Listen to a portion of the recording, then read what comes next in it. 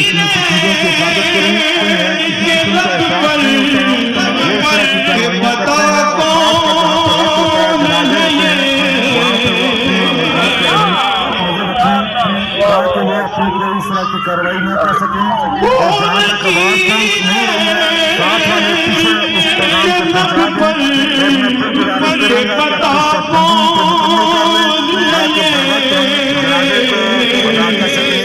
और सरकार इसका रास्ता भी दिया जाए। उन्हें तेरा बताए खालिद और सरकार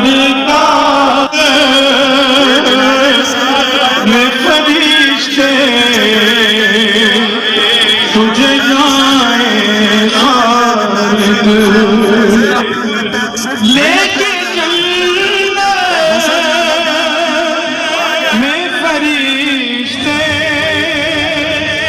तुझे जा